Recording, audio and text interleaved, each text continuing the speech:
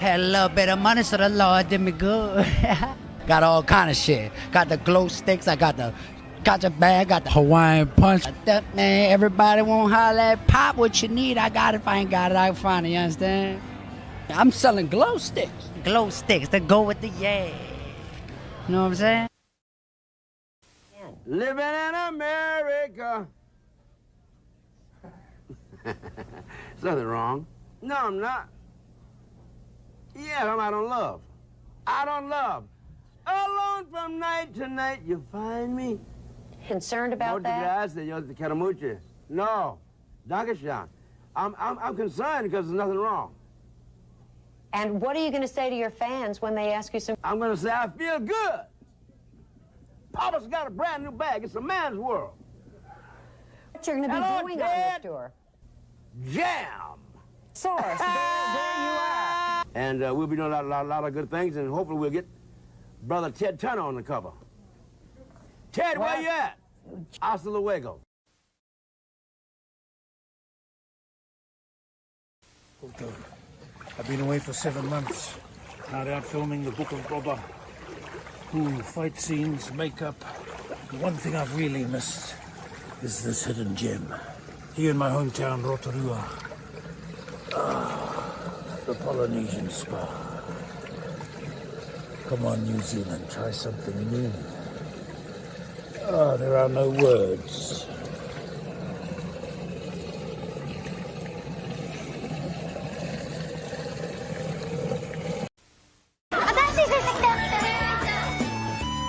この惑星の子供たちと呼ばれる存在にはおはようございます。超授業だリンやそう全身でぶつかっていかなくてはならない。もしよかったら付き合って声が小さい。ただ教師としてあるまじきそういうことですよ。分かったこの惑星の教育は加減が難しい。でも君はいい教師になる。缶コーヒーのボスレインボーマウンテン。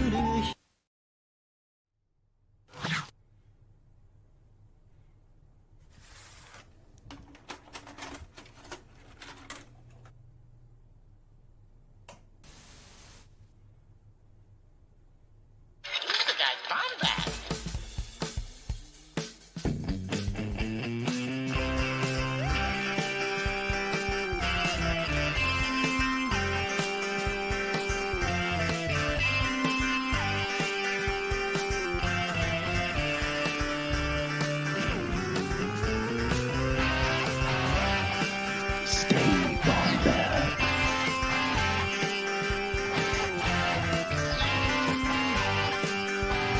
Welcome to the Bombadcast.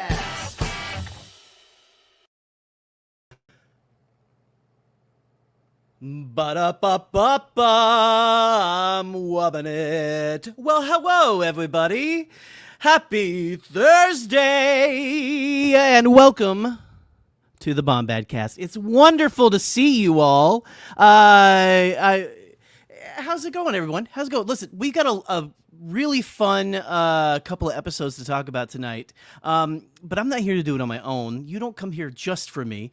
I need to bring in my wonderful Bombad buddy, the beautiful, the wonderful Scott Jarro. Scotty, why don't you go ahead and come on in? Let me get something for you. Woo, I suck at this. You're not in Guatemala now, Dr. Ropata. Does Gushers turn people gay? That's the first question of the night. That's the question. We're going to figure this one out. That's what I'm wondering. Bottom of this. Real talk, though. Happy all to be the old here. ladies at my mom's church think I'm gay. They let you know. They think. That's incredible. They think. Real talk, though. Glad to be here. It's going to be a great time tonight. Talking about Maul, Shadow Lord. We're not doing it alone. Obviously, we're joined by Joe Organa and a wonderful, triumphant Bombad return, the one and only Brian Barry from Pink Milk. And we're going to bring both of them in just a few moments. Glad to be here. Hope everyone's excited. Ooh, woo, ooh, woo, ooh, woo. Ooh, woo. Here we go. I'm wubbing it. I'm wubbing it. Shout out to Jared, the Dark Jedi, for providing them. Oh, opening. Can you give us that again, real quick, just for Jared here. For Jared, oh, it's like ba-da-ba-ba-ba, I'm wubbing it. Oh, hello, everybody. Happy Thursday. Jared is just so every Thursday he like sends a voice message to our chat, and it's exactly that. It's exactly that. Thursday. Thursday. It is a happy Thursday. We're joined by Joe. Yes, it is. Freaking Organa.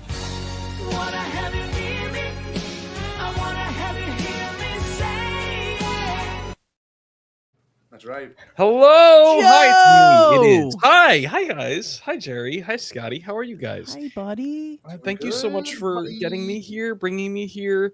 I am kind of the gushers of Bombadcast. I'm turning you all gay. Truly. Slowly and surely, every time you put me in your mouth and I bust, you're a little gayer. Pops right on in. Listen, I'm not complaining, okay? Never. Never. Feels pretty good. Well, it's pretty hard to complain when your mouth is full. Pure talk. True. Hi, guys. Hold your load. That's pretty good. I love you, Joe. Happy to have you here. We started our whole thing last week talking about, Bombad Maulrats. Sorry, the graphic didn't pull up. There it is. Bombad Maulrats to Joragana. And of course, Joe is Joe's esteemed. Joe came and talked about so many things with us, including the Acolyte in previous years. God, it was so long ago. Who would have thought 2 years ago? Unbelievable. And, another person that's made their triumphant return back into the Star Wars creative space, that is the one and only Brian Bear right here. We got to bring Brian in. Brian, how are we doing? This is your wake-up call. Time to reach, go for it all. Vulture stirs inside of me, and I know what I can be. Limit is the sky. Hey world, watch me fly. The best part of waking up is vultures in your love. Brian! Hello. Intro. Hello. Thank you for having me. I'm very excited. Oh, yeah? Yes, I can confirm Gushers definitely made me gay. Also, Joe, I'm here to quite literally be your middleman. If you need help to turn people gay, middle's my favorite spot to be. Just right there between two Gamorrean guards. Stop it. Honestly, you could probably get Jerry and Scotty to dress up as Gamorrean guards. I mean, we got the body type. I'm just saying, love it's to right see the there. cosplay. As long as I have a little green makeup left on me somewhere, everywhere, I'll be great.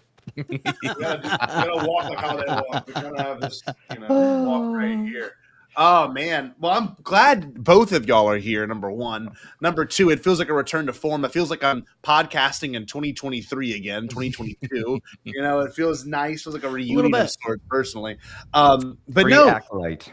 Pre-Acolyte, yeah. Yeah. No, much like Paul Stanley in the Folgers ad, Brian poofed away and then came back, disappeared and came back. Well, I have been referred to as a poofter before, so poofing is what I do. I'm sorry. That's canon. That's canon right there. I'm sorry. Real talk, though. We're joined for a huge discussion on what I'm going to show on the screen right now. That's right.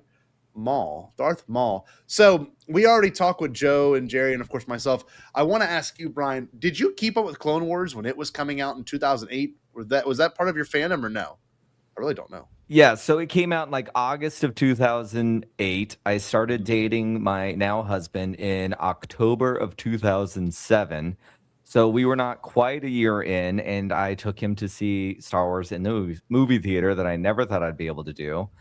I have never missed an episode of Clone Wars. I watched it live week to week. Oh shit! Every time it came out. Last week y'all were talking about Savage Opress and all that, and I went to a fancy movie theater. Yeah, tell us about that. I forgot about that. Oh my god, it was so good. That was Maul when he was in the crystal ball at the end was very exciting because it was out of nowhere. I was a gigantic Asajj Ventress fan back then, the Sea Harpy witch that she was. I love Clone Wars. Clone Wars to this day is my favorite Star Wars that is ever Star Wars. it's the foundation for all of Star Wars now, for me. But yes, I was there forever. When Ahsoka came back in Rebels, like I was that person that literally was there with Snips and the Sky guy, like the very first night. Loved Ahsoka. I was on Team Ahsoka. I'm so glad that she's like so mainstream now, but I was like on my first my first Instagram photo that I ever took was my little tube top Ahsoka Tano keychain next to a Starbucks cup. I was on Team Ahsoka. So when she came back, oh boy, I was so excited. Well, the thing is too, Maul and Ahsoka have that similar story arc of like failed their master or left where they were once at, and then even like in terms of popularity, like Ahsoka didn't exist but Maul existed in 1999 and like then fell from grace because he didn't have the full development that he does have now, and Ahsoka has her own live action show. So like it's kind of cool to see like those threads and seeds of like of what you loved and what we all loved becoming popular. So like you were fully ready for that Maul return when Maul came back, because I asked Jerry the same thing. I'm like, was it the shit? Was it awesome? And he was like, it was incredible. And I wasn't a fan at the point, I wasn't a Star Wars fan, but I wasn't keeping up with Clone Wars, that is. So that was a big thing for you too? This show is like, it was is that massive. I mean, Spider Leg Maul took me a hot second to like, I was like, oh, that's a little like not cool for me. Now I kind of live for it because why not? I feel like it was, I don't know. Why not? I miss his old long crazy horns though. He's like the old turned into crazy cat lady with big wiry hair, living down there by himself. It was great. Yeah.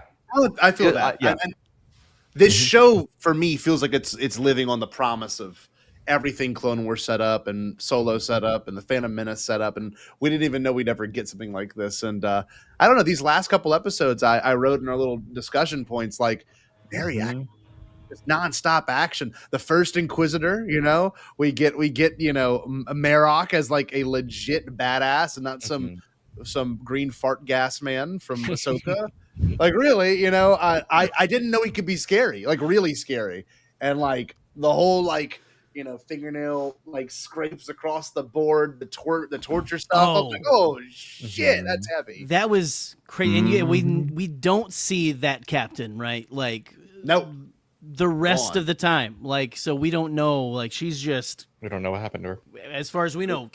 Yeah. So she's got to be dead. I mean, there's no other way to do it. That it's so implied, but also like Two Boots being the reason for all of it. I know, obviously, like that had to break some hearts because I love that character from the beginning. But I mean, protocol, man. I hate Two Boots. ACAB includes Two Boots. Two Boots hater. I don't like him. I don't like the guy. I don't like his personality. I don't like his fucking boots. I think he's a bootlicker, right? He is a bootlicker. He's a two boots liquor. That's true. But what about that I think first episode? And he goes to bring the coffee, and he's like, "But you don't drink coffee." And I said, "But I like to share this moment with you." You're like, that did nothing. I like Two Boots, but I'm with Joe, at least with his like right now. The way that he's like his choices, and it feels like he's on like kind of a swing back. It seems like Jerry? At the end he was like, "What?" I disagree. You know what? You went. He was up until the very he was end. Like, "Oh." Up until the very end, he was like, "No, that's not protocol." And then he was like, "Those boots aren't protocol." And then all of a sudden, he was like, "Wait a minute, hold up, he's right." He was upset about the boots. He didn't care about his friends being taken away. He didn't care about his friend being interrogated. The moment he called out his little heels, he was upset. That's when he started thinking. He's selfish. He's not. He's a narcissist, and his feet don't even get cold, so he doesn't need those fucking boots. So, well, for once, I'm on the Emperor's side. Lock him up. Lock him Two Boots. What? Lock him Two Boots. Apparently, he's on the Emperor's side too. Apparently. Well, what's weird about Two Boots, just to speak on not behalf of the character, but in terms of what it's implying, is Two Boots just thinks the Empire will come in and make things better, not knowing that once the Empire shows up, they are staying. And then, of course, now you've got Maul involved, there's Inquisitors involved, and like, what are you gonna say, Jerry? I was gonna say he's used to it being the Republic, right? Like that's his framework. Is that? Look at this one. This is for What? Bud. It's true. This is It's the true. Trump voting. Exactly what he's giving. Oh my god! I Apparently, saw. Two Boots is going to show up in season 19 of RuPaul's Drag Race because there's a Trump supporting queen heading to that show. Apparently, That's Really? so wild. I saw a gay cruise, but for just Trump voters, and I'm like, that is the most insane. You It's can't gonna- fill a boat with that many people. I just refuse to believe that. I just don't. It's going to be hope full for of an Republican iceberg. senators. I hope it goes down. I hope there's a hurricane. I hope it hits Titanic 2. Titanic 2. Uh-huh. Titanic 2, but a lot more glitter. Idiots. Dumb. Go down. Oh, gonna Need need a a bigger bigger iceberg. Yes. Oh man. well, I especially just if they're know. if they're Republican gays, they're very talented. They could probably take an iceberg the size that most would not and be just fine. So they definitely will need a bigger iceberg. They will. You gotta be bold to do that. You know what I'm saying? Right. But you know what's funny? Like the whole show does center around like watch who you tell what, and like I love that even Lawson's son is so heavily involved in all this, and like he's shocked that Two Boots even turned. You know what I mean? Like it's just. Yeah. It's brutal, it's like that's kind of like his uncle in a way, and I just this show's doing things I didn't expect. And one thing I will say, and not to speak of it negatively, but it does feel like you're watching little bits of a story get told one at a time, which that's episodic TV. But like some episodes feel like.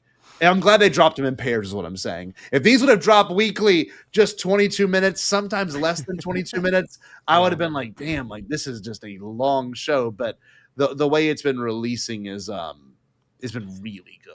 Yeah, I agree. I think they could be a little longer, honestly. Like if you added another 10 minutes to it, I don't think anyone would complain. Like, and I feel like you have the wiggle room to do it. You have plenty of story to tell. Yeah.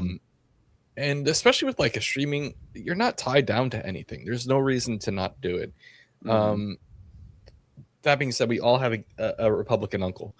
So Riley, I'm there with you, buddy. I think we can all agree though. Two Boots, your opinion may vary, but Spybot all day. Love Spybot, yeah. I'm having Spybot Here, over I'm for my pro 420 party. Yeah. Spybot is like he can hang. Okay, Spybot's a little. I love me freaking, Spybot. Yeah, hell yeah. I love that Two Boots is going through his Tucker Carlson thing where he's like, I may have fucked up. Like, I may have endorsed someone that I really shouldn't have endorsed. He's on the covering his tracks tour. Yeah, exactly. That's too. And the boots are ugly. The boots are cute. They're not even cute. They're not cute. They're not cute boots. That's because he's like a rain boots. Republican gay. They're like, he thinks they're cute. He thinks they're Chanel, but they're missing an N on those boots. He bought them on Amazon thinking it was the real thing, overpaid. Oh, got the knockoffs. That's just terrible. Straight from China. That's the worst. God damn.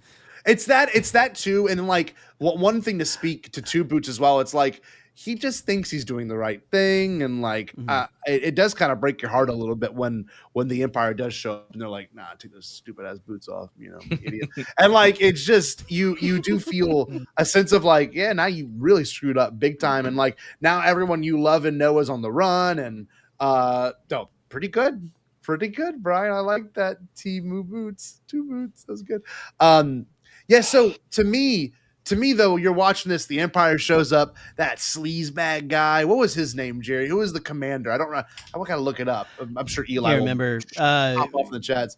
He was always like, yeah. I didn't like his Captain vibe at all. Captain Uptight. Yeah, that dude reminded me of the Imperial, the fabulous dude with the earrings from Star Wars Visions, like the first. Oh shit! The first bride thing. Yeah, hold on, wait. Yes. So the Village Bride Imperial. Hold on. Yes, he had that dude's energy, and I was here for it because he was not taking any like shit from anybody. like he seemed like a very competent Imperial officer as well. You know, he was just a bitch. Total bitch.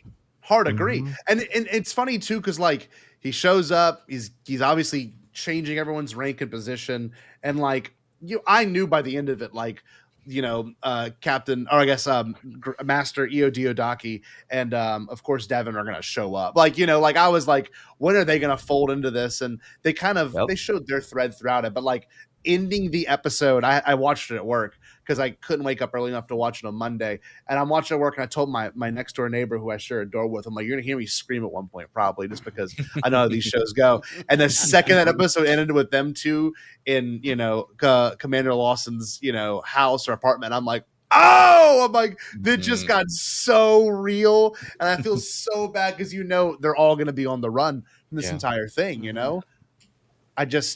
I love that this show is continually keeping me surprised in that way. It was predictable, but like you're still like, damn, like how are they gonna get themselves out of this one? And I thought Master Jockey was just screwed. I thought he was done. By episode 6, I was like, this man's gonna be dude, because we all know he can't make it. So this is 2 episodes in a row that you're like, we're gonna have to say goodbye. This is gonna be hard. And there he was. Yeah. Can I ask the 3 of you something that I've been thinking about?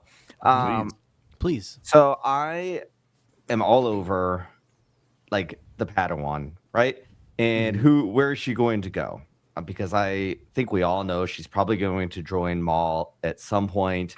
I hope that she stays bad for like a while, and then we really see where that goes. But I also wonder, Riley, right? That's the captain's son's name. Like I'm worried for him and what Maul's gonna do with him. Like, is he gonna be easier to convert? I don't like. I feel like he's gonna be a pawn in the thing. Like, why are we have 2 like parent-child relationships in the same show? Like, what are we? I feel like that has to be very intentional, and we're gonna see 2 people taking different paths or the same path. Or is he going to be a pawn to try to bring Devin over because they're going to start crushing on each other? Yeah. And well, like with Riley, though, I don't want to speak to this, and this will probably answer your question too. Riley's like, call him mom when shit goes down. And like, obviously, Devin's going to Master Daki for when shit goes down, but also goes to Maul a little bit. Got a little bit of that, like, Maul's a little right on this one. So like, I don't know, Brian. Like, as much as I would love to know that that Riley stays okay and maybe chooses his dad and knows that it's all a big misunderstanding or situation. But his dad's on the run now, and he's not just on the run from the Empire. Now it's bad in the eyes of his ex-wife, which is probably like a pencil, like a paper pusher. Like not really a high-ranking Imperial officer like the ones being dealt with on the planet. But I don't know. Y'all can obviously answer it. I just think there's a really cool parallel story you can see happening right now. Who chooses who? You know what I mean? I mean, for me, I would assume that Riley's dad is going to die and Master Daki's going to die, and that's going to throw these 2 kids in opposite directions. I think she's going to join Maul, and he's going to maybe pick up this police force. Maybe there's a time jump between season 1 and 2. And he now is hunting them, or something like that. That's kind of my feeling. But there's still going to be this emotional connection between him and Devin. That's my guess. That's the vibe I see. But who knows? Who knows? I could be completely wrong. I love that joke because like that does give emotional like levity to it. Like this my dad threw away his whole career, the safety of his whole city for Darth, for his pursuit against Maul, and fuck that guy. I want to pursue him and take down his empire. I mean, that's pretty cool. And then Devin could almost be like the the Raylo thing of like I want to love you, I want to be with you, but that's just us being invested fans too. Like that's the kind of stuff that excites us as viewers. What about you, Jerry? What do you think of all that? I mean, honestly, I haven't even thought about Riley in all of this. Because I've just been so focused on that like connection between Maul and Devin. You really kind of do feel her like feeling the pull. and especially that. But I love these ideas though, because I would love to see something for Riley, right? Like I don't know, it just this I don't know. I'm not ready to lose. I'm not ready to lose his dad yet, though. I'm gonna say that character played so wonderfully by Wagner Moura, right? Is maybe one of the coolest, like, just side characters that we've been introduced to in a long time, I think. Yeah.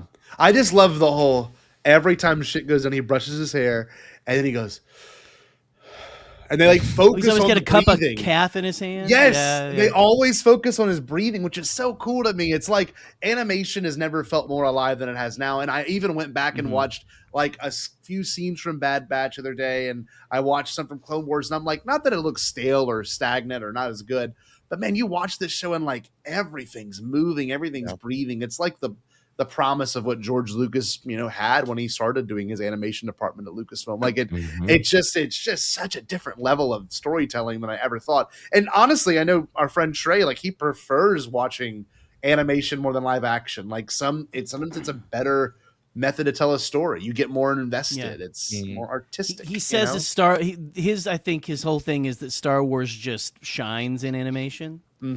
Right? So, it really does. And you know what's funny? I will say Chapter 5 was a good episode, but I think Chapter 6 is the one that we've kind of all seen in the trailers and like what everything's kind of built up to. And one thing of note, just to say it out loud, for those that maybe didn't see the post, but obviously, we are people that we know got screeners and stuff, and they haven't seen the last two episodes, chapters 9 and 10. And apparently Alden sent this in one of our group chats that they're going to be premiering chapter 9 at a like international animation festival. And and everyone's speculating this is going to be a bonkers episode of Star Wars TV. And I mean, it wouldn't surprise me if Vader shows up. The ending of chapter 6 shows Merrick, taking a knee to somebody. And I'm like, oh shit. It's not going to be the hawk dude. It's not going to be the bird motherfucker. It's not going to be that guy. It's going to, you know what I mean? I don't think so. I think it's going to be to our favorite bad boy. But yeah, I love the Inquisition. I love Inquisition. I love Merrick as a force to be reckoned with. They also brought back. I put it on Blue Sky. What's the name of that species, Jerry, from the Star Wars Pod Racer games? They brought back. I looked it up too. Sandage.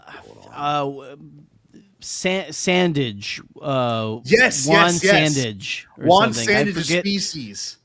They are. I forget what the species is. Devilic. Yes. Yeah. So I'll pull it up and then we can see it. I clocked that too. I was like, oh my God, we've got I think that was even like not even like a pod racer that was actually in. It was in the game. It was in the concept art. Yeah. The moment I saw that little fucker, very I'm like, he's he's very sassy as Dr. hell, Seuss too. design. That is the gayest little design, and I love it. Look at him. He is sassy. His little stole, I love it. Serving. The long He is fingers. serving space cunt. What a cool surprise to see in a show like this. Like I know they can pull from weird things, and they're going to end up doing even weirder things like, Mandalorian and all those other shows do. But to see, look at that, man. That is a weird little guy right there. A Devilic. Yeah, that was cool to see. I wonder if I can actually find the photo. Oh, Shadow Lord Devilic. Yeah, I don't know. I love this episode, but man, the next episode's where it shines, honestly. Let's see. Oh no, of course no one else has shared it except for me and Jerry, who's obsessed with you wrote Lord Devlin? Oh, Devlin, I'm sorry, Devilic. Yeah, Devil's Lick. Nope, never mind. Nope, wrong. I literally last thing I looked up is, do gushers make you gay? Sorry for those. I just have to know. I've had to do some. But we're doing the hard research, So. Well, is there anything else you want to address about this episode in particular? Because this one was the one that I was like, okay, I enjoyed it. Let's move on. Because the next one's the one that was like, oh my God, I feel like I'm playing Jedi Outcast 2 and we're fighting on a train. That shit was. Yeah, no. Chapter 6 is where it's at. My son, I was watching it with Michael, who's also a super fan in the house, and thinks that Maruk may be a Dathomirian Zabrak, like Maul. That somehow maybe there's gonna be something there, only because he turned into the zombie dust, like the Night Sisters did, which would be pretty cool if we find out that Maul has 3 brothers in the show or something. That'd be an incredible twist. Like, I just love that he's already dead in Ahsoka. So there could be a way to answer it here. And I didn't think about it being a Zabrak because, like, you look at that helmet and I'm like, I never noticed that, like, it could easily come up. You know what I mean? I was looking at, like, the way it was designed, and I didn't think about it watching Ahsoka, because Ahsoka, it almost looks like one piece. But in this, you see it's clearly 2 pieces that, like, very much like an old knight, mask could be slid up and curved up. And I don't know. I love that it's very space fantasy too. That's awesome. I never thought about it. Look, people in the chat are also agreeing. Like that is General Cameroni. I never thought about that, Brian. That would be a pretty sick twist. Well, I didn't either. That was my son. Spot on. Brilliant. That one knows a lot. He's great. I would love for him to live a little longer. He died so quickly in Ahsoka. I would love to see him last a little longer in Maul. Give him at least a season and a half, right? Yeah, It's a little. Like, stop designing really cool bad guys and then killing them immediately. Like, it's the story of Maul. Like, give us some development. Give us some time to fear them and like them. I agree. Yeah, I think I'm with Joe. I hope we get a time jump in season 2. Because I hope we get some Kira, and I hope we get some of those solo promises that we were going to get, because someone on the internet corrected me that we're in the wrong timeline for Kira. Like, we're off by X amount of years or something. About 10.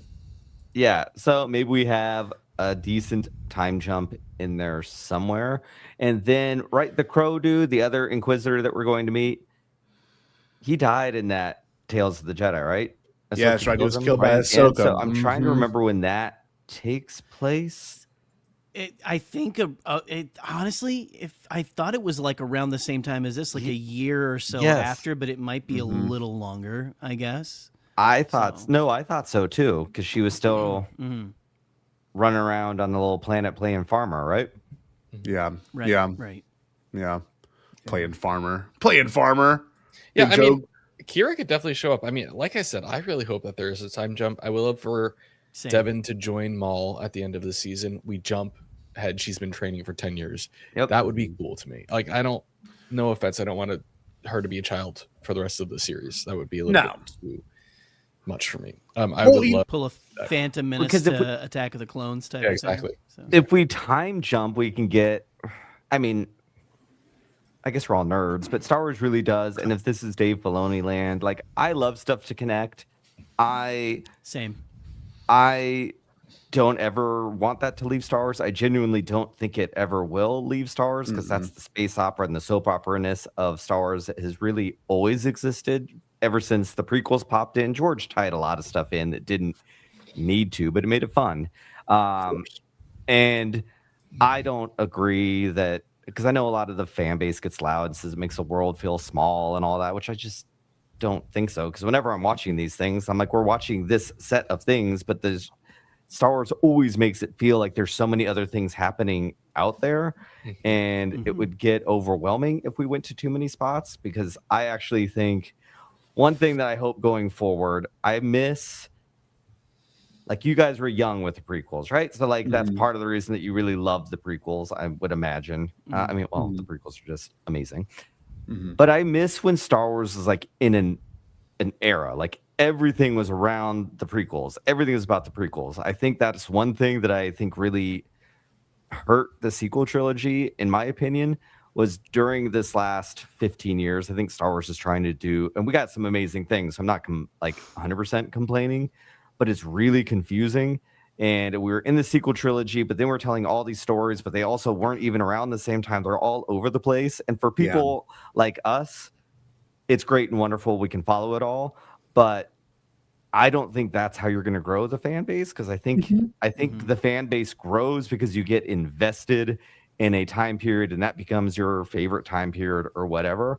And I think it would be very beneficial to Star Wars to spend a year or two in one timeline. And you have the comics, the books, the video games that you can go shoot off and do all over the place, because those people are going to chase it.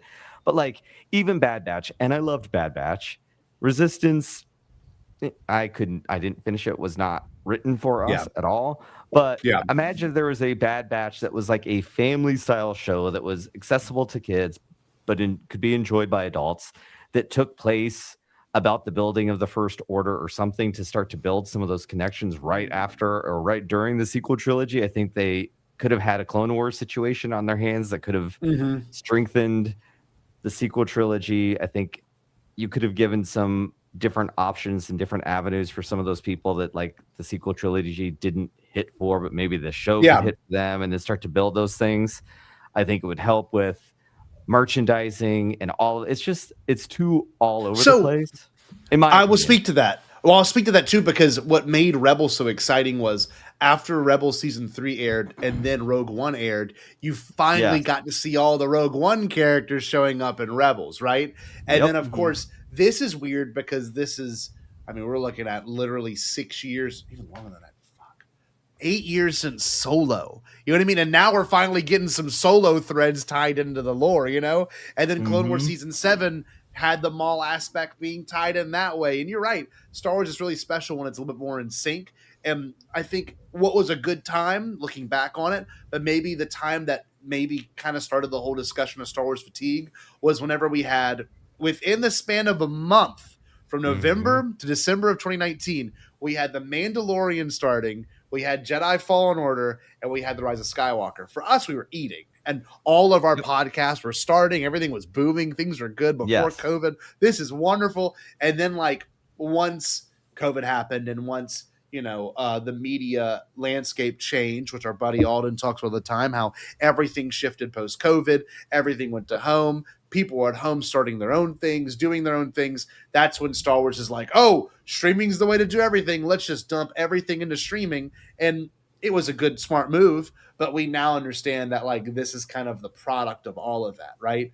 I agree. There is a little bit, I wouldn't say there's a fatigue, but like, I just got a notification on my phone from the Star Wars Twitter account that I still follow, that like they had that May the 4th screening of The Mandalorian Grogu. That's like this first 20 minutes, whatever. And it's sold out all over the world. So, in the United States. So like, it's just, it obviously still strikes a nerve, but I understand obviously what you're saying. When you stick to those individual pockets, you kind of get more invested in those pockets. Like Rebels and Rogue One, like I said, that was a cool time to be a fan, Maybe those pockets are shorter than they used to. Like, I'm not saying we need to. George Lucas would have spent 10 years on each thing, because that dude didn't care what anyone had to say and knew what he was doing.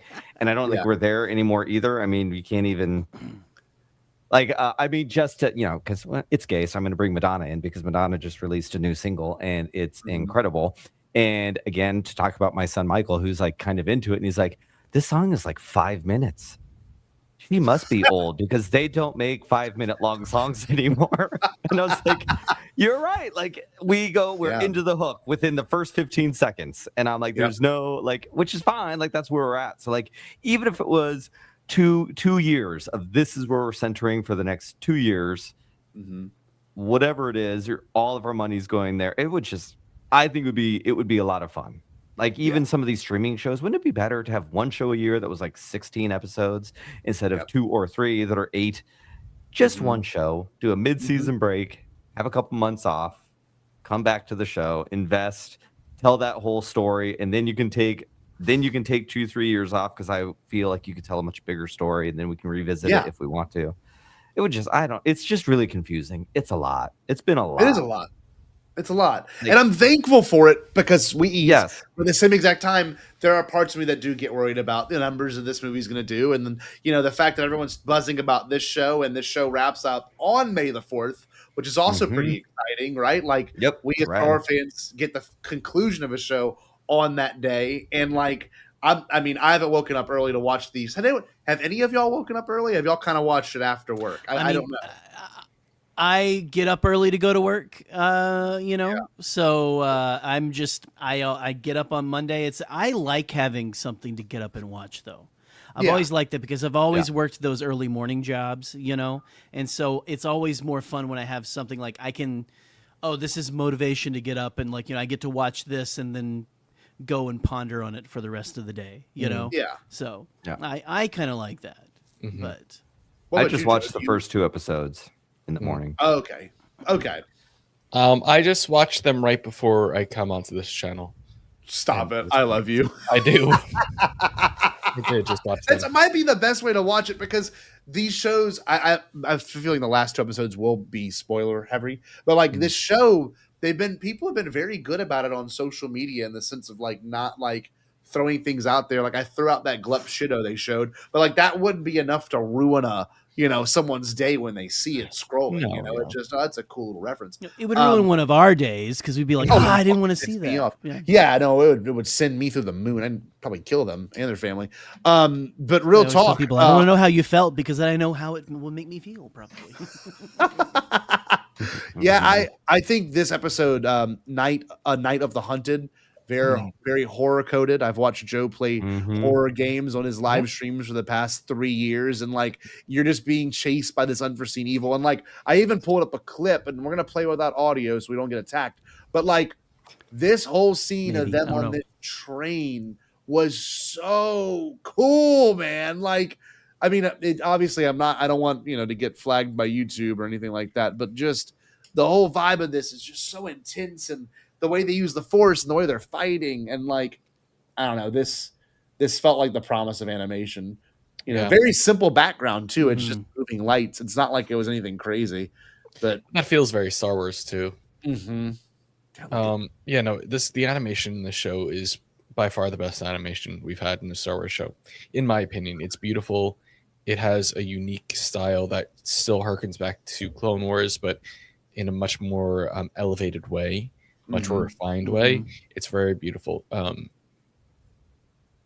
way their eyes even express, it's there's that one shot of Maul where he kind of does the shows his hand, and obviously you look at that face. Are you kidding me? Are you kidding me? Not very. I don't even see anger. I just see determination in that look, and to decipher that from an animated show, it's just absolutely incredible. I mean, I've never been more excited to see Maul. Oh, thank God, someone's exactly. there. You're worried for Riley for the most part. I think most of us know that Devin's gonna probably make it out of this and stuff, but I just love that this is the way Devin is convinced probably to join the dark side. Is when my master failed, this dude showed up for me, and look, they fight side by side, pretty nice here, pretty nice. Look at this. America's okay, I gotta whip up the double-ended dildo, and then there you go. Hold on, where's it at? No, right, it's right after this. The kick, it's so cool. I like you're jumping over all the crates and everything too. It's very dynamic. Look at that. Oh. Yeah, this shit is so awesome. Do you remember watching the original? Brian, you were saying you watched Clone Wars back when it was first coming on. You said right, when it was on television. So okay, yeah. So remember, seeing those fights back then was oh, this is kind of cool and everything, but it still felt like. You felt very stick figure movements or something, very stiff. It didn't feel fluid. This feels so real and heavy, It feels to go like back it flows so well. Yeah, to go back to what y'all, was it Trey that you said prefers animation sometimes, maybe, right? I love animation. I love comics. I think comics in particular, especially if it's an artist and a writer, but animation is the same thing. Because I love that stuff too, and I think it's because you get to. For me, I feel like you're getting the artist's true vision. This is how I see the world. This is grittier. This is this. I don't know if this feels like a very natural progression from Clone Wars to me, just with some different techniques that they've learned along the ways, but it feels like a natural successor to that show. but Yeah. still different. And when Clone Wars came out, I mean, at that time, dude, I mean, especially by season 3. Season 3 is when they did like new character rigs and everything. Nothing looked like that show. And at the time, George said he wanted it to look like the puppets from those like 1950s America FBI show. It was like a Thunderbirds or whatever. Yes. Like, so I was here for all of it. Like, I felt like that was very intentional that they moved the way they did. And that changed a little bit as the show went on. But it never bothered me being the stiff the way it was, because I just thought that was a stylistic choice that he made to tell the story in the way he wanted to. So I really admire, it's probably the reason that Visions is one of my favorite Star Wars ever, is because I really like when people are really adventurous and push things, and it might not always hit for me, but I love to see people trying to do something different. It's one of the things I love about this show, and the backgrounds and how different. I mean, this show feels very alive. I don't know if I necessarily feel like I'm watching an animated show. I just feel like I'm just lost in the world. Like, it's just this perfect blend of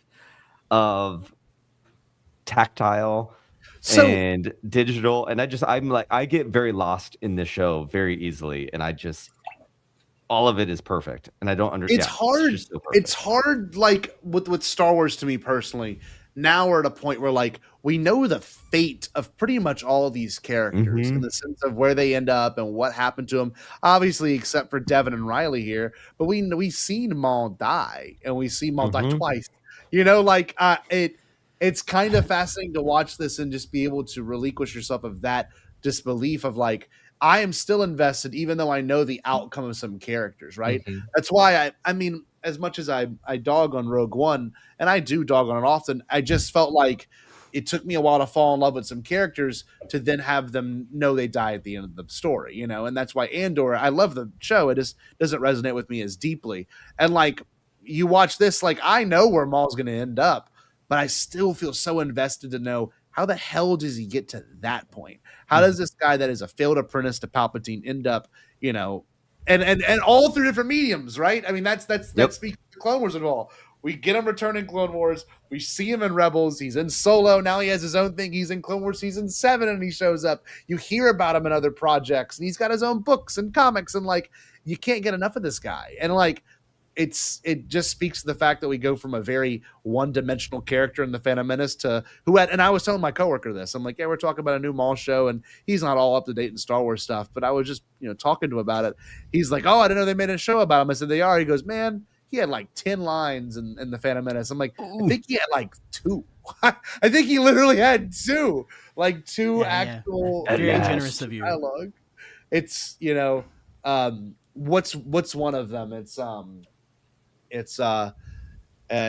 what's the famous line, you know? At last we will reveal ourselves to the Jedi. At last we will have our revenge. And then what's the other one? Isn't there like the trace was correct, then we will find them quickly, Master. Tatooine is sparsely populated. If the trace was correct, we will find them quickly, Master. Yep. I think is the second one. That's crazy. And like, and I always like to imagine Ray Park actually saying those lines, because we know that it is not his voice and stuff in there. So you just imagine Toad from X-Men saying those lines. It kind of gives me a little chuckle. But what's crazy too is like, he had more dialogue in Solo. You know, Kira. You know, like, and now we've got a whole show with him. And I don't know. It's just absolutely incredible. Like, and look, yeah, that's another good point to bring in from is it ironic designs? But yeah, obviously we know that George had the intentions of bringing Maul back to show up in his sequel trilogy in some capacity, and that Devin could become Darth Talon. And I don't know. I don't know what they could do with this. I don't know if a world between worlds would be a thing they throw in there, or if they do the frozen in carbonite thing, shows up later.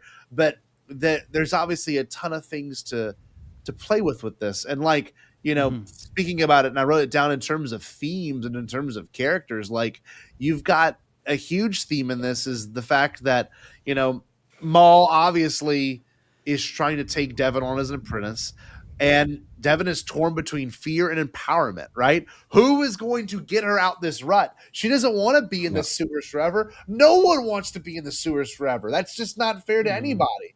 And we know, in fact, the Jedi stay in the sewers for 20 plus years, not having a chance to come out the sewers. And we know the Empire, we know the Sith, all these people are all there as oppressive, things happening. And I don't know. I'm just blown away. It blows my mind that we've got Devin now possibly fitting that mold of who we could consider Darth Talon. Obviously we pray they don't over sexualize her, and we discussed that last week on Bombadcast with Joe too. Yeah.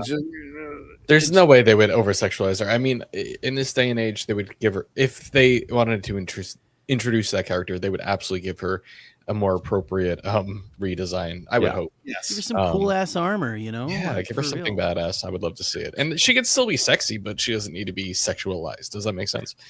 Yeah. This is funny as fuck. Now we can't get him all to shut the fuck up. As long as he's not drinking, he's fine. Yeah. So. Yes. No, that's good stuff. And I will say too, like, speaking to Maul, like, it's kind of the whole Stranger thing. There's a little bit of manipulation there, but you also, it's unfortunate, we all have that dark part in our brain. We're like, Maul's kind of right. We all kind of tap into that sometimes, and we know it's all seductive, and we know he's trying to pull someone to the dark side. But like, I don't know. I don't know where this character will end up. I don't know if I might push back on something a little bit that you said, like respectively, because like I actually don't think Maul has grown much. I think he's still is a very intriguing one-note character. A lot of things happen around him, and things have happened to him, and the story changes around him. But his mission is always just, his eye is only on revenge. That gaze of revenge might turn to different people, but he has not really ever changed. But I think that's what's kind of interesting about him, because I think the world around him, why he sees things the way he does. He might go, but I mean, that's always a great villain. That is great. Anything. Sure. Even Palpatine, as evil as that dude is, like, I still love that line, 2 lines in The Revenge of the Sith, 2 moments with Palpatine that I love so much, is when the way he's like, we'll finally have peace. And the way he says peace, like, that dude really believes it. It's completely wrong and backwards, but he seems so like quiet for the way he's just quiet and he's happy. And then the way he just like politely touches the top of Anakin's head, and he's like, this actual caring moment for him, humanizes an over-the-top villain so much that it makes him even scarier sometimes for me. Yeah. I don't think Maul has changed, and now we kind of know that he never does. And maybe there's that one moment of, is he the chosen one?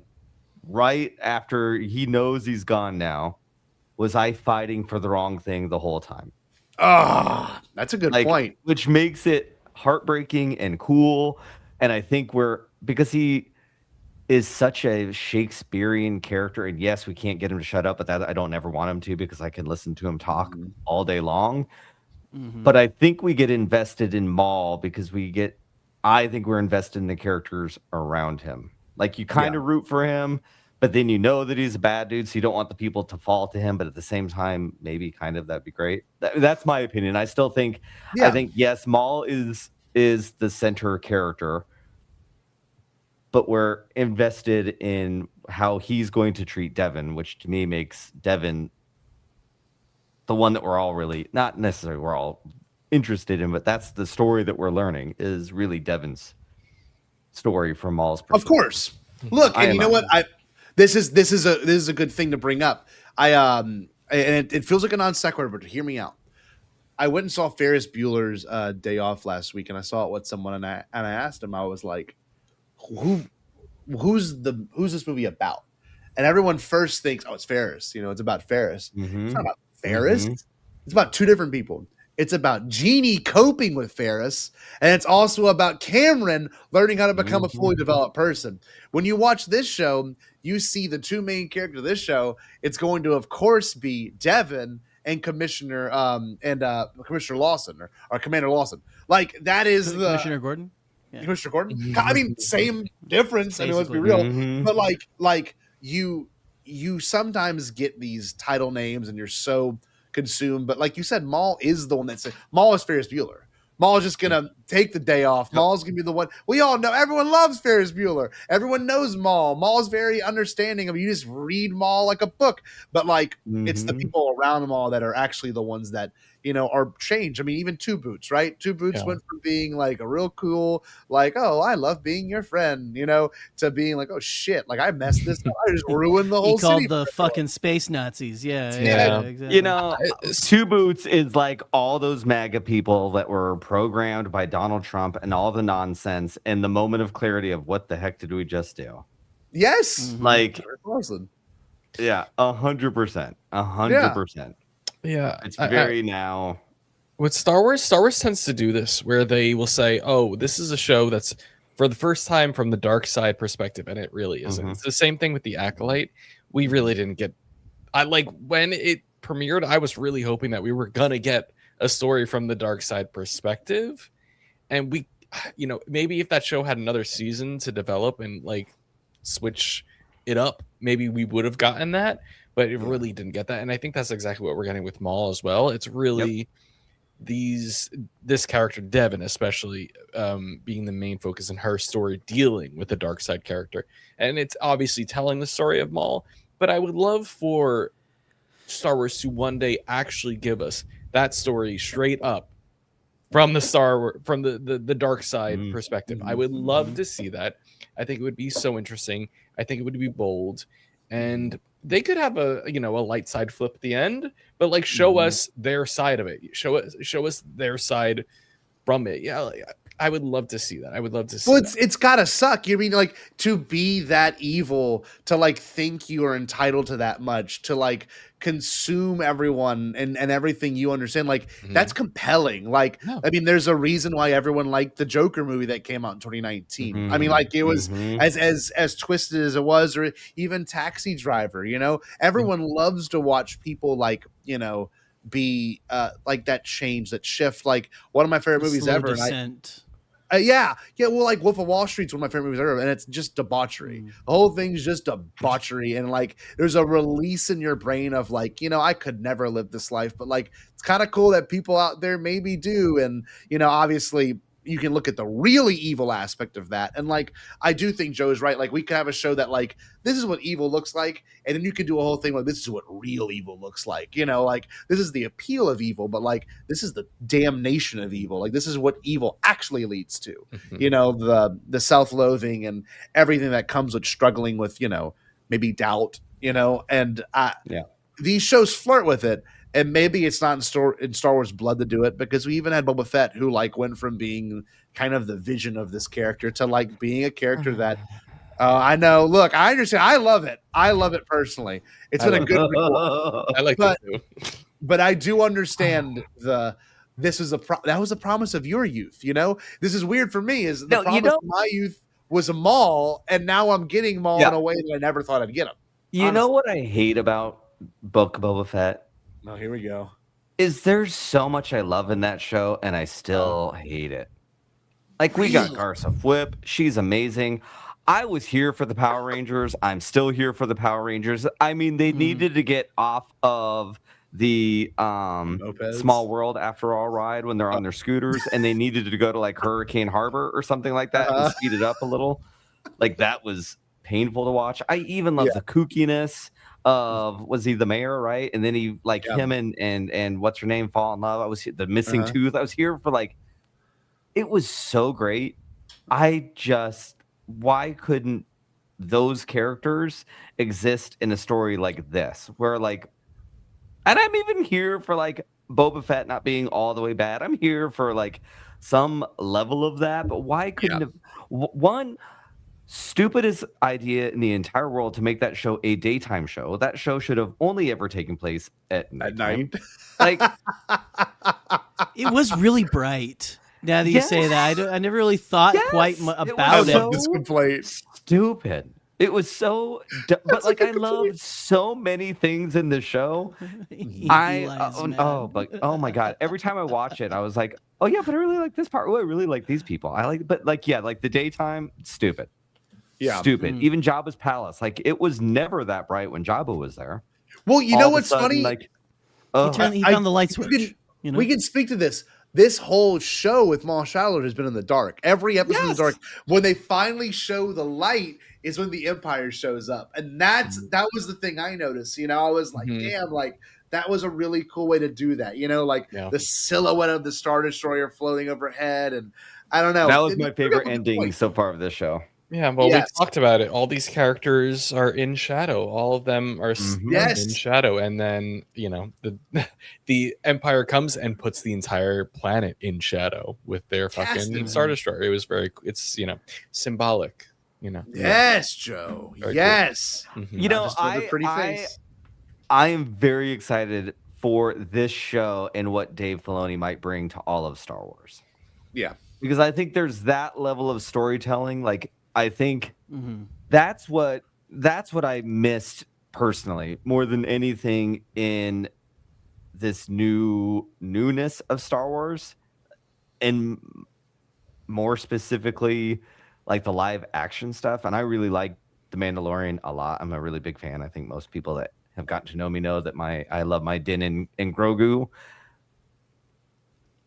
But there's like stylistically, they all are shit. They're really bad, in my opinion. Like Rogue One looks incredible. And I was watching Rogue One when that show, like the Death Stars look like models again. That show looks like Star Wars. Literally every single ounce of the frame, something is happening. And then when I really realized it, when I was watching the Alien Earth, when Alien Earth came out. I don't know if any of you watched that show. I watched it. I like that. Like, why does Star Wars not look like this? Yeah. Like, I don't understand that. Why does it not? This can happen. Andor looks really great. I'm with you, Scotty. I know Andor is an incredible show. Yeah. I really like it. It's really complicated. I had to watch that many times to even be able to follow, which is great. I love a story like that, but I have a hard time talking about it. I can't really view it as a Star Wars show. I know it is, but it's a very different thing. And I don't know if it's the Star Wars I'm into. Yeah, but I have and that's what everyone respect for that says. show, and I know it's good. Like, I know it's good.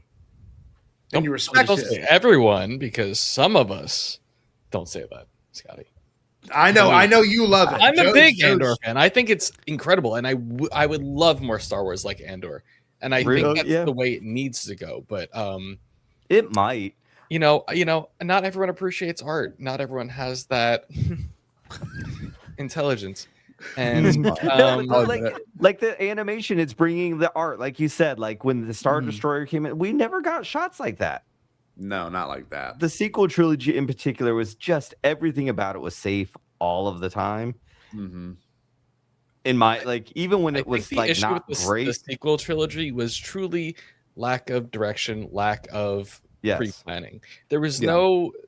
It felt like three different movies that, like, you know what I mean? Like the original trilogy and the sequel trilogy, they were all three very different movies tonally, but they felt like one story going together, and it was never jarring or shocking. Even the prequels, which some people I think have issues, but with the jarringness, like of 1v2, you know what I mean? Like with that romance comedy of the second, but. I still think even that gelled really together. The sequel trilogy, it felt like three very different movies being told by three very different people with three very different visions, and like written by three people with who did not speak to each other. Yeah. No. And that's my issue with the sequel trilogy. Yeah. I think that has it's everything to do with, unfortunately, Disney. I'm not like one of those Disney haters. I think that they can do something great. It's one about spending money, and it's about doing it right.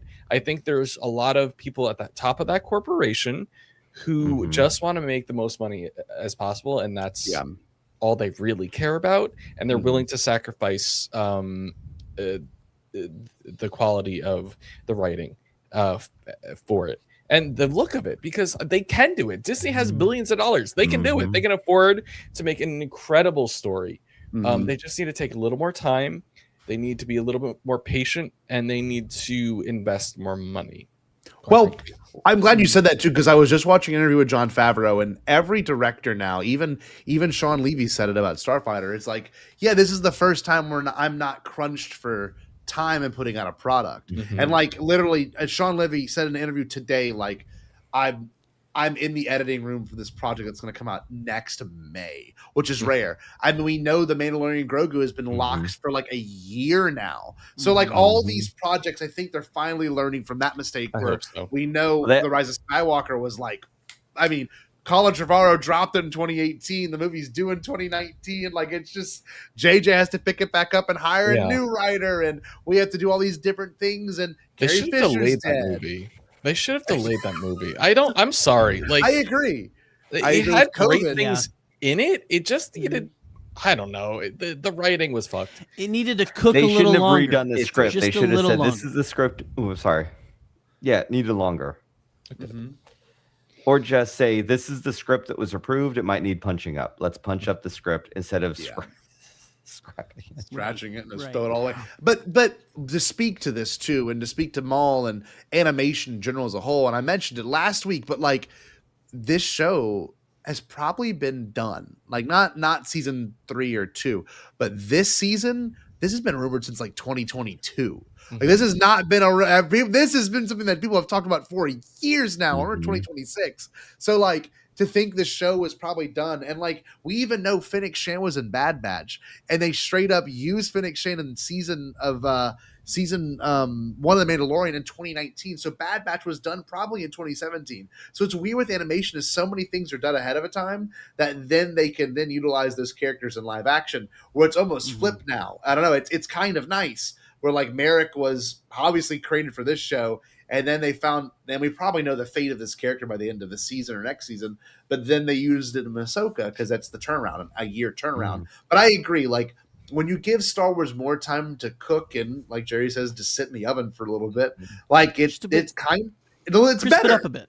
Yeah, let it. Well, like Skeleton Crew's a great example. I like it gooey on the inside, crispy on the top. Okay, let's go. There you go. I like that too. Yeah. I like gushers. Like a gusher. Yes, like a gusher, Joe. I love a gusher.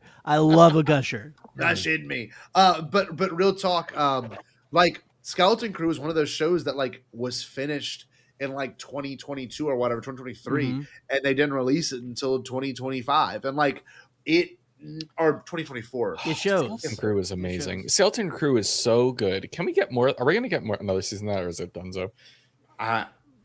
We don't know. Are they coming back in? Because the way they were like, yeah, this happens the same time as The Mandalorian made me think like, are they going to be like, is it going to be like, hey, Skeleton Crew, I'm going to need you to take on Thrawn from the flank or something, you know, like what's going to be happening? Is that still happening? I mean, those kids, I assume, are adults now. So apparently it still is. Apparently the Thrawn stuff still is, because they were talking about, apparently Favreau was talking about how there's going to be more seasons of The Mandalorian. And maybe even another movie. What they said was, what Favreau said is, he goes, yeah, he said The Mandalorian Grogu will have some big swings, but it's not going to be like the big swings that you can do with the other TV show. And he implied that Dave's show, Ahsoka Season 2, will have really big, like, canon swings. They said at Celebration there will be Akbar versus Thrawn in season 2 of Ahsoka, which is like the promise of the EU that you grew up with, Brian, in the early 90s, and that's like shit. That's like what the Heir of the Empire shit, right? Gotta make up for not giving him a full fucking funeral in Last Jedi, you know. That was the stupidest discourse. That was the discourse where I'm like, oh no, the Phantom's actually stupid. Like that was the whole like we deserve an Akbar. It's like a Facebook ass Star Wars complaint, you know. Like, it's like you're in a Star Wars Facebook group. Oh my god. I'm glad we can talk about this tonight, boys. This has been a great discussion, all in all. And obviously, you know, looking back at this show, it's I'm just grateful that we have new Star Wars once a week, and it's around a special time. We got a movie coming out in May, and it does feel a little bit like a rejuvenating period for us. And then we get Ahsoka later this year, so it's it's pretty nice to be at this spot now, and I kind of like taking our time with it, watching this character mold and grow, and I'm all these characters changing around Maul, and yeah, thank y'all for hanging out with us tonight, everyone in the live chat, and Thank you guys. of course our two esteemed guests right here. I don't know, Brian, if you have anything else you want to say, or if you want to plug Pink Milk, and the Great Return. I know Alden was on your show recently. I know that for a fact. Yes, I'm very excited to be back. When you go to Galaxy's Edge and you order Pink Milk, yes, that was because of my show. I'm very proud of that. It was bonkers crazy. It's very cool. So just know that when you buy Pink Milk at Disneyland, Star Wars is gay. It's canon now. Everything is gay. You'll be a little gayer by drinking it. You're welcome. Yes. Being gay is great. Have a gusher. But yes, and order some gushers. Yes. A little. Oh yeah. Gushers and Pink Milk. Perfect. Yeah. Watch the YouTube channel. I'm back.